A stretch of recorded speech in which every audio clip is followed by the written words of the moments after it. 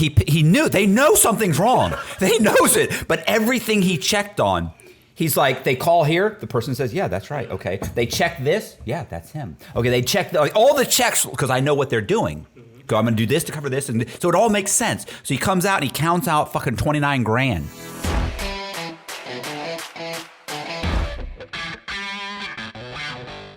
You going to go? You want me to go? Yeah, you start.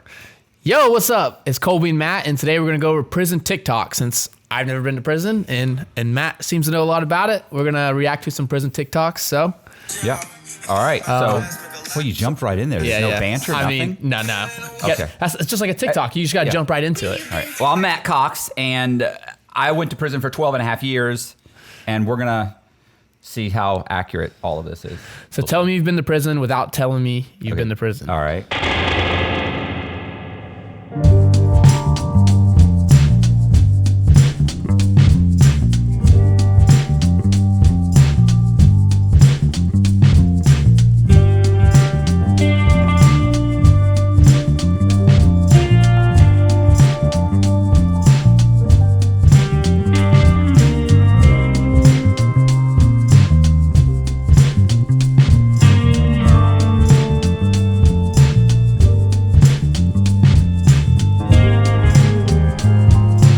P. What's that? You got other guys are in the room and you don't want to splash. So the splat guys will pee, and it doesn't matter how you do it, unless you're basically sitting down or doing what he did. When you stand up to pee, it splashes. Like you get little minuscule splashes. Keep in mind, you might have a toilet that is literally 6 inches away from a bed where somebody's sleeping. So I've had guys where literally their head they're leaning on a pillow like this, and the guy's peeing in a toilet that's 8 inches away. Getting little sprinkles. Yeah, it's it's disgusting. Like you don't realize a normal person doesn't realize the minute droplets of urine that burst out. And keep in mind, those toilets they're not really filled up. So it's not like it's hitting the water. It's no matter what, it's hitting the side. So you're aiming at an angle, you're doing this. The Puerto Rican guys sit down to pee all the time. They always sit down to pee. Like, I don't even know, like guys make fun of, because they're like they always make fun of them like they're women. Yeah. Like, oh, you pee like a Puerto Rican. So you don't want to pee like you're a girl. So what you do is these guys will kneel down and pee like that guy did, assuming you have enough length and girth. I don't, but typically what happens is, you basically sit down or you squat in, or a guy will sit down on the toilet instead of facing out, facing in. So they'll walk over and squat down on the toilet and pee into it. Listen, the bizarre behaviors that you see inside is insane. The other thing, did you see the soup? Did you see what he did? She threw the ramen noodles down to break them up. Bam, bam. Like you'll see guys like, bam. They'll do it over and over and over again, and they'll smash them up into little tiny pieces. Like to me, who throws something on the ground? But it's actually, the other misconception is, prison's super, super clean. Like guys are like, it's, prisons must be disgusting and everything. They're really not. Like, do you see the guy on the ground cleaning? There are guys that clean their rooms 6 times a day and they wipe the floor down like that guy does 6 times a day. The reason you want to be super, super clean is you don't want the other guys to think you're dirty, of course. But you also want to be super clean because there's so many people in prison using the same facilities that you're constantly washing your hands, you're constantly washing everything, because staph infection is a huge problem in prison. And you just have to stay clean. And if you've ever seen anybody get staph infection, it's fucking horrible. Yeah. It's horrible. I mean, they'll give you these massive antibiotics. They'll give you antibiotics that are so bad that they kill the bacteria like in your system. And you're basically eating food and it's going right through your body, like undigested, still just trying to kill like the bacteria. And these are prison, like the prison, there'll be 10,000 people in multiple prisons, like in Coleman, I think there's 8,000 people. You might have one doctor, he's not even really there. He's at a hospital down the street. He just signed for the prison. Everything is run by nurse practitioners, and they don't even know what they're doing because they couldn't get a job anywhere but a federal prison. So what they're doing is they're saying, well, what's wrong with you? And they're going on on like a computer system. Okay, so what is it? Okay, so are you achy? Okay, where? Your neck? Okay, neck achy. Okay, what else? They're sitting there diagnosing you by punching you into a computer program. Mm-hmm. And then you come back and they go, okay, this is what you have and this is what we're going to prescribe to you. And then they prescribe it. You never saw a doctor? Yeah, it's horrible. But yeah, sorry. All right, good. So what were you, him folding up all of his stuff? Just like enough that? space in the. Your entire existence is you live out of a locker that is 3 foot by 18 inches by 24 inches. It's like 8 or 10, I think, cubic feet. Mm-hmm. So you're talking about like, let's say it's 10. I don't know the exact measurements. I could break it down, but let's say it's 10 cubic feet. Your whole world is in 10 cubic feet. I had a cousin that had his locker. I had a cousin that was in prison with me. And his locker was insane. He literally, you'd go into his room and say, hey man, do you have any salt? He'd go, I do have salt. Hold on. He'd open up his locker and he'd remove this and his whole locker, every single square inch of it was packed. He'd remove this and this and this. And then he'd take his hand and he'd go, do you want pepper too? Yeah, okay. And he'd pull out pepper from behind several things in the back. And then he'd then take his stuff and he'd put everything back and fill it up. It was the most insane thing you've ever seen. Ever. Sorry. How are you? Come on in, chicken, man.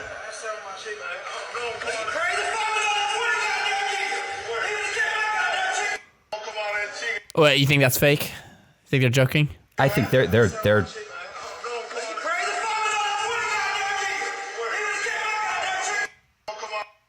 I mean, that looks fake to me, but it may be absolutely real too. But the point is him losing it like that because the guy kind of reached for his stuff or touched him or anything. Yeah. Yeah, I could see that. Oh, yeah. I could see that.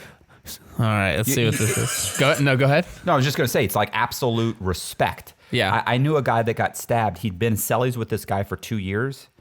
And so they're cellies. For 2 years, you got to be really good along good. Yeah. Were they in the medium? They were in the medium. And they walked by, and he said, so I got up one morning, I went to work. And he had come back, he was going through and somewhere else, and he saw his cellie.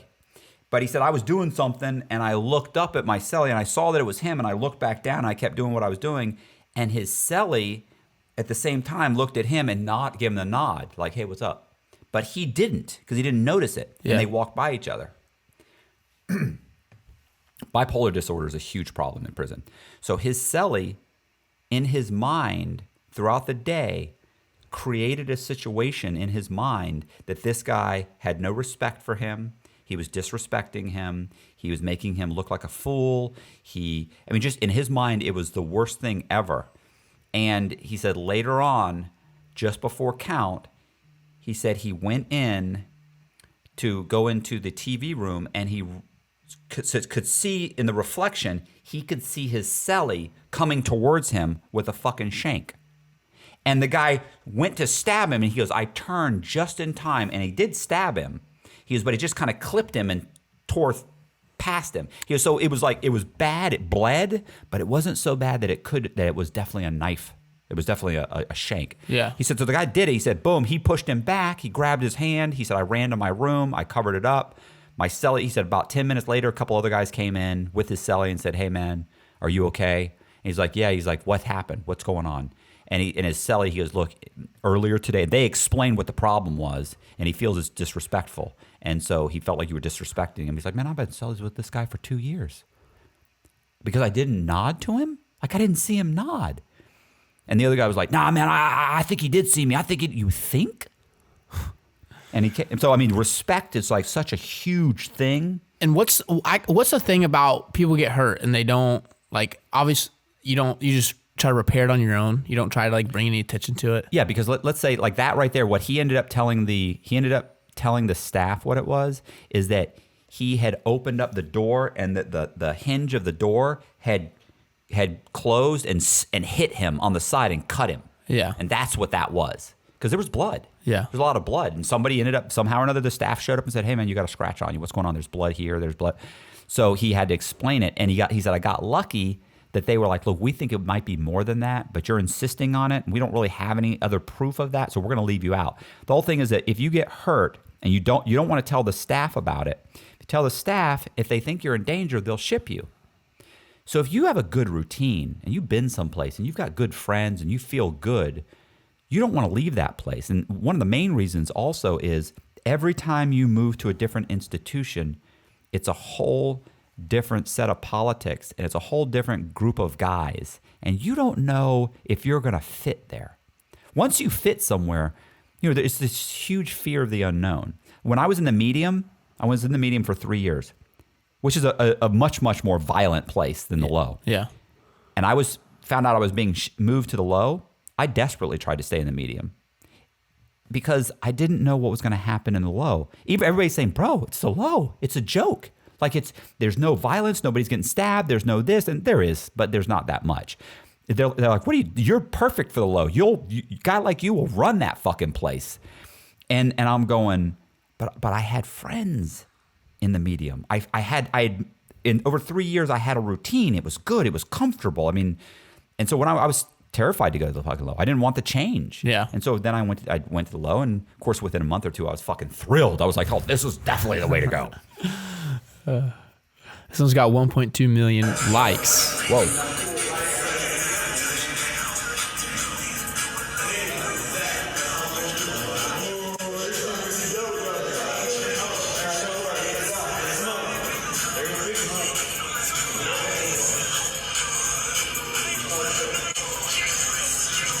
I have no idea what they're doing.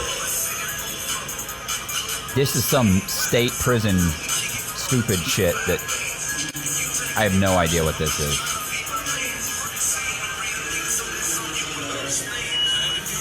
What are they doing?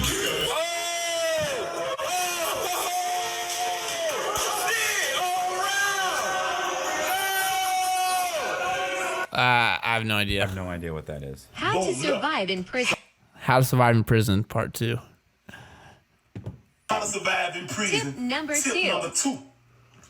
Pay close attention because this tip could be detrimental to your health. This tip is extremely vital. Okay, when you in prison, you in a cell with another man. You gonna have a sink Man. with a toilet hooked on to it. Yeah. You did? When you brushing your teeth, never, I repeat, never ever spit in the sink. Yeah. Spitting in the sink is considered unsanitary and So what do you do? And disrespect. You spit in the toilet. You don't spit because you do so much stuff out of the sink. You might cook out of the sink. You might fill it up. You might wash your hair out of the sink. To spit in it, even though you're thinking it's a stainless steel sink, it gets cleaned constantly. It doesn't matter. A lot of the things don't actually make sense. Factually it's inaccurate because it's stainless steel. It's not porous. You're not going to get germs and everything once you clean it. And you do have cleaning supplies, but you don't have good cleaning supplies. Yeah. But regardless, it's just a matter of just being Respect. respectful. Yeah, I you can follow see the that. rules to be respectful. Okay. Let's finish it. But it's frightening. disrespectful. See? You brush your teeth, you spit it in the toilet. You spit in the toilet, you flush that. You know what I'm saying? You get You know what I'm saying? your towel, your tissue, whatever, and you clean that up when you get done. You don't brush your teeth, spit in the sink. You do that, your celly feel play, cut you in your head, you go home crazy, or worse, you don't go home. You did? Now your celly should show you the same respect by not spitting in the sink too. You did? Y'all gotta wash your hands. You got Male correctional officers watch female inmates. Oh, shower. hey! It's Jessica Kent. We did an interview with her we did an interview with last her. week. Right. From a former inmate. Let's go. Now, this is my experience. Saw it with my own 2 eyes. The COs have a bubble that overlooks every single barracks in their housing unit. And if I can see you, you can see me. So what they would do is the men would stand there in their bubble during shower time and just watch the female inmates shower. Now, I know a lot of people are going to be like, well, it's a security risk. They have to make sure you're not going to kill each other. Honestly, yeah, fights happen in the bathroom, but this was just, they took it to a whole new level. They would just stand there. To make matters worse, some COs would taunt women and say, I saw you in the shower, nice tits. In what way is that okay? And for everyone that's like, just don't break the law and they won't abuse you. You're literally defending male corrections officers abusing female inmates, which is not okay. And a lot of inmates have actually been victims of SA in their lifetime. So it's further traumatizing them. This is not about rehabilitation. It's clearly abuse. We need prison reform so bad in this country. Male. So, I mean, I could definitely, I can see that. You know, like the people that they hire at the Bureau of Prisons, or any, and state is even worse. State COs are, you know, I'd say half, maybe 70% of them are basically, they're just they're not far away from being in prison themselves. I mean, they're just horrible. Look, in Coleman, there have been about three or four COs while I was there, during the 12 and a half years I was there, that got arrested for child pornography. So yeah, so while you're there, and one of the guys was actually looking at it on the prison computer, which by the way has like security features. Yeah. To keep you from being able to do that stuff like that. These guys are looking at their phone, whatever. They got busted. One guy was named Lieutenant Zachary, actually went to a Publix to meet like a 14-year-old boy in a Publix parking lot, and got arrested. So listen, they're all scumbags. Do those guys go to the same prison that they were? No. Oh, I'm sure they all go to protective custody. But she. Oh, sorry. I was gonna say, but yeah, you're right. Listen, the female guards, you know, have to. You have to do strip searches and shakedowns, and you know, you get to. But it's so difficult. Let's say you're a female prisoner going to go see your family, and so you have to have a strip search. Like, you know, it's like, hey, do you want to have a male or a female? Oh, it's well, I want to have a female do my strip search. Okay, well, that's fine, but you have to wait. And there's no females here today, or no females. It'll be an hour. So it's like, fuck. Do I spend another hour with my family, or do I go ahead and let this man see me strip down? Fuck it, I'll strip down. So the girl strips down, but it's, you know, listen, you're treated like an animal, you know, and that's the problem is that, you know, and I agree with Jessica that you're sending, and I think she would agree with this statement, you're removing people from society and you're putting them in a place that is just filled with criminals, and you dehumanize them and you treat them horribly and you take everything from them, and then you put them in a place where it's survival of the fittest, and then you take them when their sentence is done, you put them back in society and expect them to behave themselves. Well, for the past 5 years or 10 years, I've been acting like an animal, and you've been promoting me to act like an animal, and you've treated me like an animal, and now you put me back in society and you want me to treat everybody with respect. Like that's hard. That's tough. Yeah. Sorry. All right. So this is kind of similar to the first one. Tell me you've been to prison without telling me you've been to prison. Right. Without telling me you've been to prison.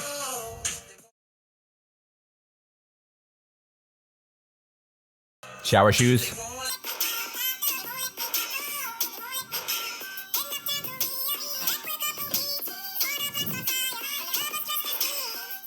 So what's the? I mean, shower shoes. Obviously. Shower shoes because guys jack off in the showers. Yeah. Okay. Now do you know anything? And of course, you can get fungus and all kinds of stuff in the showers. It's disgusting. But I don't know if you noticed this. He got out of the shower and he immediately put on his tennis shoes. Yeah. Okay. He immediately put on his tennis shoes because what if you get attacked on your way to your cell? Yeah. That's the guy who's done. He's been in the pen or in a state penitentiary or the state prison system, or in a federal pen, like in the medium. A lot of guys will do that in the medium. Like literally, there are guys that you have shower buddies. So you'll bring a guy with you when you go in the shower to just stand there, so you don't get attacked in the shower. So he's standing there with boots like a soldier while you're taking a shower. As soon as you get out of the shower with your shower shoes, you immediately put on your pants before you leave the area, and you put on your boots. Because guys are getting attacked all the time. So you want to have your boots or your tennis shoes on, because you can't fight somebody in shower shoes. Yeah. And so that's why he immediately got out with the shower shoes on and immediately put on his boots. The chair thing is, in prison, when you go into what's called, they have TV rooms, you walk around with your chair. So everybody gets a chair in their cell. So you have a chair, like a plastic chair, where you put it over your head. So you pick it up by the arms and you put it over your head and you walk down the hallway. So it's not, intrusive. Yeah. And then when you walk into the TV room, you walk in with your chair and you put it in your place. You'll have a place where you sit, and that's your spot. And if somebody You come in and somebody's sitting in your spot. A lot of times people don't care. Like, I don't care if you're sitting in my spot. Yeah. But when I come in, it's like, hey, bro, I got to watch the movie. And they're like, oh, yeah, bro, I'm sorry, man. And they'll pick up their chair and move. Mm-hmm. Some guys are saying, you don't ever sit in my spot. Yeah, but you're going to be at work for the next 8 hours. You don't ever fucking put your chair in my spot, ever. And they'll fight over it. Yeah. I've seen guys who have taken broom handles and walked up to the other guy and just smashed him in the head and basically almost beat him to death with a broom handle because the guy sat in his spot a couple of times and he told him not to do it again. And the guy was like, yeah, all right, man. Walked off. Next day, put his chair down. The guy came in, he's sitting in his spot again. He said, okay. I mean, I told him. Went up, got a broom handle, came down, bam, just smashed the fucking dude. It's the only piece of real estate he'll ever own. Let me put it that way. I think that's it for this one. So he's cooking in a bag. No, you can stay out of jail. You can have a microwave, oven, all these pizza. What is the worst charge you can have in prison? Let's talk about it. And the worst charge that you can ultimately have is not murder. I know that seems kind of weird and everything like that, but murders are actually respected in prison. Murder is not the reason why, probably because there's, manslaughters, it was accidents, self-defense cases. There's a lot of things, or just somebody was having a bad day that lead into murder. That happens. If I had a dime for every time I murdered somebody because I was having a bad day. It's a child, chomo, rapist, anything like that, bro. That has I mean, I can see that. So chomo, so he did federal time. Yeah. If you did state time, they call them mo's. So there's still a child molester, but they call them mo's, molesters. In federal prison, they call them chomo, child molester. They've abbreviated into an acronym for. Yeah. And it's so funny because the guy would be like, man, what's up with all these mo's? And you immediately know, oh, he was in state prison. Mm-hmm. Or he just came from state prison. You could see the vernacular change as these guys would come from. Sometimes they'll do like state time, and then they'll get released from the state, but they still have to do a couple years in the Fed. And then they come to the Fed, and they have they're saying the same things, but they're subtly different. Mm-hmm. Sorry. But watch this guy, looking up, following something. He wanders around for 20 seconds. Then he grabs for something falling from the sky. Soon as it hits the ground, he covers it. Oh, a drone. Yeah, the drone dropped something. So that's becoming an issue.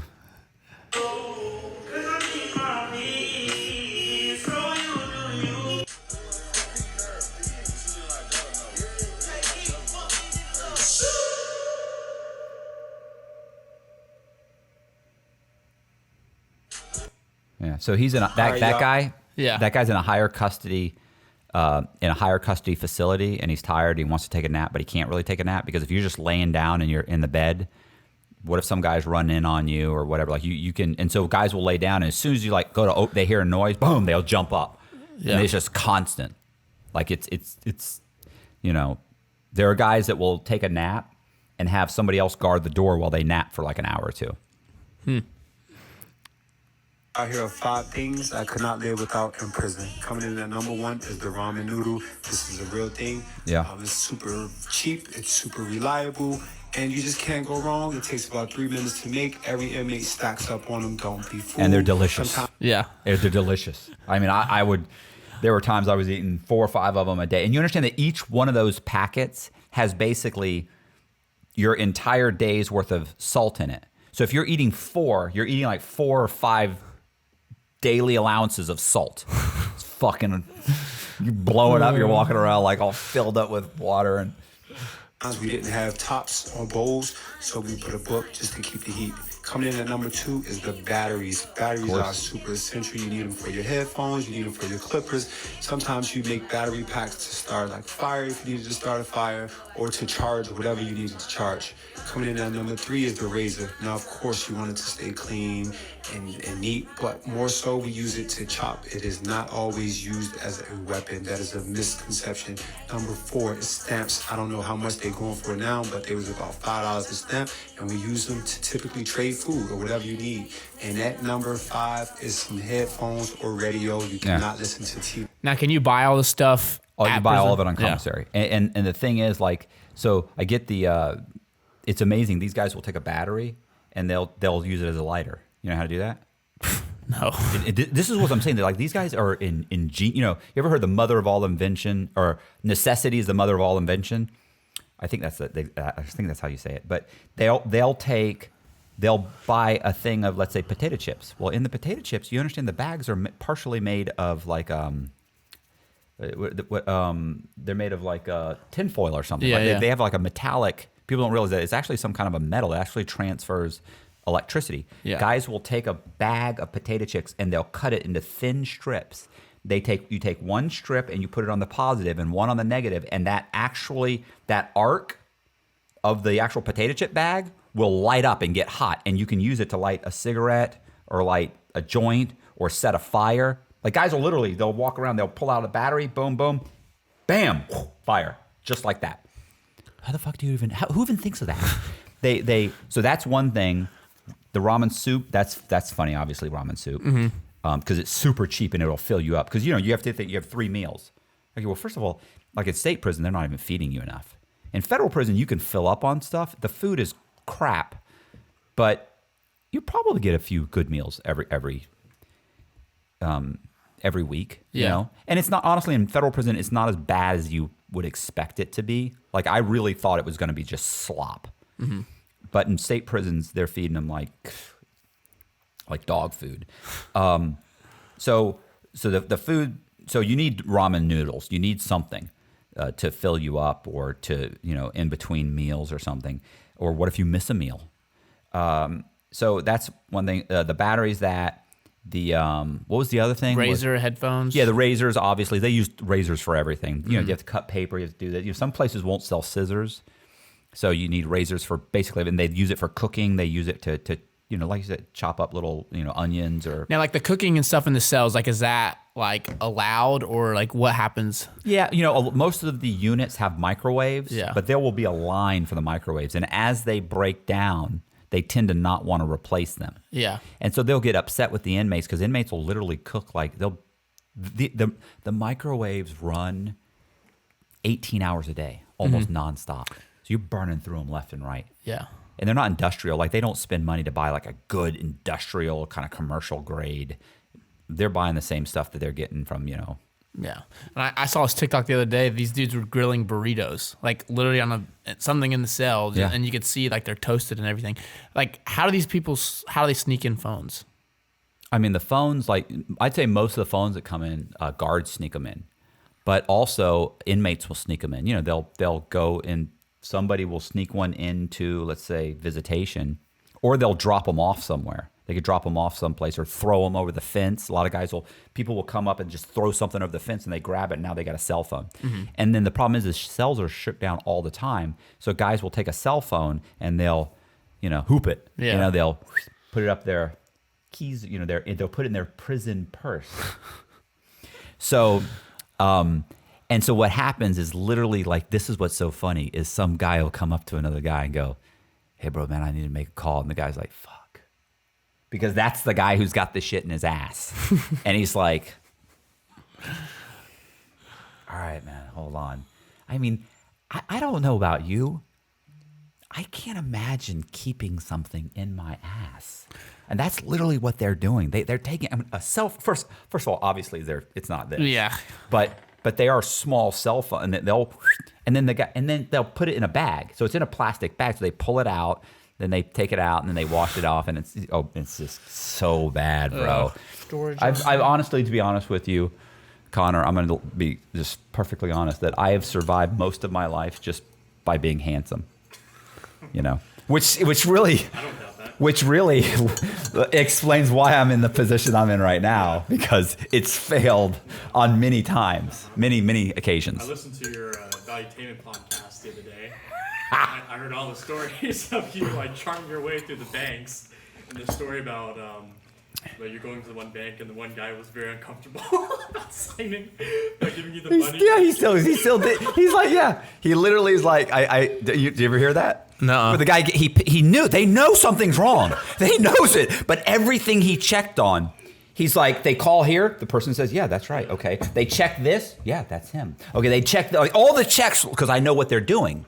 go, I'm going to do this to cover this. And so it all makes sense. So he comes out and he counts out fucking 29 grand. And I take the money and I'm literally, it's so bad. It's not like I put it in a briefcase. It's like I'm taking it and I'm stuffing it in my pockets. Like a fucking savage. And I know, because I know there's nothing. And he made me wait like 30 minutes. And he looked at me and he goes, what was I? Was it? Oh, Sullivan. Oh, no, I know I was Cugno. I was Scott Cugno. He goes, Mr. Cugno, he goes, I'd like to say that I feel very apprehensive about this transaction. And I go, really? I go, what is it exactly? Because I've already got the money. I'm walking. I don't walk it out. And he's standing there with another woman from the bank staring at me. And I go, what is it exactly? And she goes, and the guy goes, he goes, I can't put my finger on it. And I go, it'll come to you. And I walk right out of the bank. My heart was beating out of my chest. But I know there's nothing you can do. Everything I'm saying, every phone call, everything you're doing, right, every check, everything is going to work out. And he comes back and he's just like, fuck. So I figure he probably figured out what it was when the Secret Service showed up about 2 weeks later and said, did you just give this guy 29 grand?